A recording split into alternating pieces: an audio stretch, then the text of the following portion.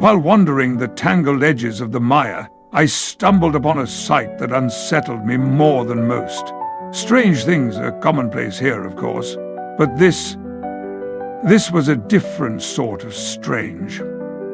A small distance from the path, hidden by the brush and darkness, lay a clearing bordered by the swamp.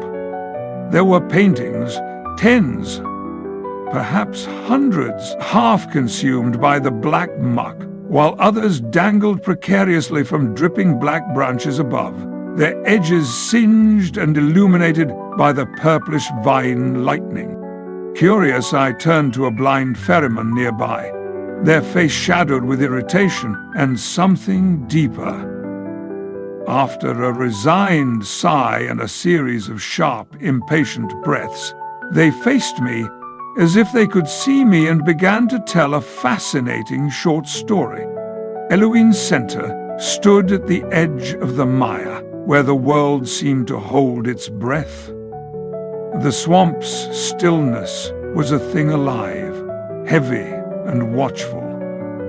But Eluine was not deterred. He had heard the tales, how the black waters could show you the dreams you had left behind, the lives unlived, and the possibilities not yet realized. The locals would say, "What you think happened yesterday might happen tomorrow." And that's exactly what he wanted. Eluine, once a great artist, now a hollow man clutching at the fraying edges of his muse, could not resist. And the mire waited. He set up his easel on a patch of dry land, dipping his brush into the mirror-like water. The landscape around him was otherworldly. He could hear the soft, static buzzing of the flicker lights in the dripping black palm trees that clawed at the dark orange and purple night sky as they fed off the slowly forking vine lightning which clung to their black and dripping trunks. The pools of inky black water reflected, magnified and warped the rippled hues above, as though the swamp held a second world within its depths. The air was thick and pungent with a smell that could only be described as frustration. And on the horizon were figures, still and covered in a sludgy black sheen. Others, in small rafts and boats, appeared to be yelling or arguing with them, despite their seeming indifference to it. Slight disturbances in the murk caused occasional ripples in a few patches by the distant shore, which made the reflections dance to the rhythm of little schools of silvery dream kisses that flashed and fluttered about, bouncing around just below the surface. The swamp reflected infinity, endless and unyielding, but he could not paint eternity or ever grasp the mixed colors to encapsulate infinity. He could only start somewhere, which now felt somewhat limiting, but where? A torturous decision, but as he pushed his brush forward, a wave of serenity he hadn't felt in years crashed over him and onto the canvas. He was overwhelmed with a passion, and the colors began to flow like the concepts through his mind. Slowly, faint shapes began to emerge. Murals, paintings, whole worlds he had once imagined but never dared to create. His breath caught, his fingers trembling. "Incredible!" he exclaimed out loud. But there was no echo, and the mire waited. The longer he worked, the clearer the reflections became. They glimmered and danced, just out of reach, tantalizing. Eluine took a step closer, his boots sinking slightly into the muck. The visions, so bright and vivid they seemed to hum with life, forgotten ideas, half-finished dreams, and fleeting inspirations swirled before him. He painted furiously, anything that came to mind, tossing aside finished canvases to the trees in a fever of creativity he'd never felt and could not be sated. No amount of paint could fill the insatiable hole he now saw in his life. But it was about the journey, he told himself, not the destination. Something brushed his leg. He flinched, his movements sluggish and strange, he thought. He glanced down, but there was nothing. Only the black, inky water, smooth as glass, and the reflections, which called to him again, focusing his mind and creativity. Elwyn waded deeper, dragging his easel with him. The water reached his knees now, thick and cold, but it wasn't a bother. He was too entranced by the visions. A sudden tug at his leg made him kick instinctively, his foot striking something solid but mushy. He stumbled and fell into his own reflection, plunging face first into the muck with a loud splash. But there was no echo, and a mire waited. The swamp closed over him like a shroud, and for a moment he thought he had seen himself through the cold reflection of the inky murk, and panic clawed at his chest. He jumped back, gasping and syruped, wiping the cold black slime from his face. His eyes widened. The visions were brighter now, more vivid than anything he had ever seen.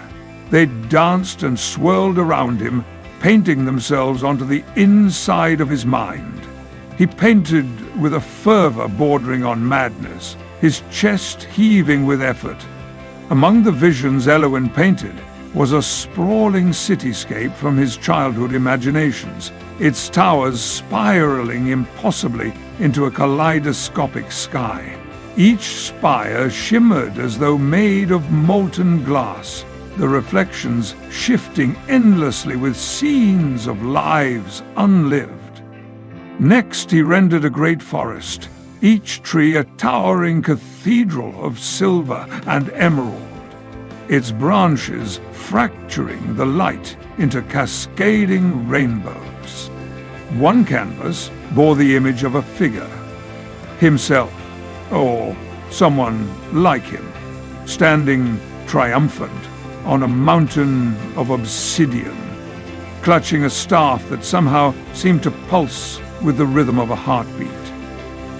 The details poured from his brush like they had always been waiting for him, trapped in the recesses of his mind, now finally freed. The colors, the textures, they were alive, vibrating on the canvas. Perfect. Time unraveled into eternity as his glorious creations began to litter the shore. As they poured out of him like paint from a can, he wondered why he'd never attempted these fantastic works in his youth. The ache in his chest began as a faint discomfort, a whisper of something wrong, but it grew. Sharp, gnawing, insistent. He ignored it at first, consumed by his work. But the pain refused to be silenced. It burrowed deeper until it could no longer be dismissed. Elwyn's hand stilled. There were so many things he had left to accomplish, but where would he start? The brush slipped from his fingers, vanishing into the black water below. Visions flickered and died, and for the first time, Elwyn saw nothing at all. The silence was suffocating. The darkness pressed against him from all sides. The easel and canvases were gone. How long had he been here? A weight coiled around his legs, squeezing into him. His ribs felt like jelly. His lungs could burst. A relentless pressure that made him gasp only to feel the flow of a thick, oily expulsion. His lungs burned. His chest screamed. The swamp held him tightly now, a predator with infinite patience. And the mire waited. Desperately, Elwyn reached outward, his hands clawing through the suffocating dark. The things he'd never done flashing through his mind now pierced him with an ever-flowing river of regret and panic. His fingers closed around something solid. It moved. An ankle. Hope flared in his chest, wild and fleeting. He pulled with the last of his strength. The leg kicked him away. His hands, half formed of the swamp's own muck, could not hold, the force only pressing him deeper into the black, into the endless silence. And as he faded away, with only room for one last thought, only one last regret, it echoed through his mind 1,000 times. What you think happened yesterday might happen tomorrow. Above, the water splashed with a hard thud and a loud echo which cracked through the infinite silence like a chisel, and for a moment he thought he saw himself through the cold reflection of the inky murk, and panic clawed at his chest. And the mire waited. A tale to chill the bones, no doubt. But in the end, what struck me most wasn't the story itself, it was the paintings. Or, more accurately, canvases. None of them were complete. Several showed a vague figure standing heroically, but most were unfinished gestures, blurs of color and shapeless forms. Many of them seemed abandoned mid-stroke, and others were just blank. Completely and utterly blank.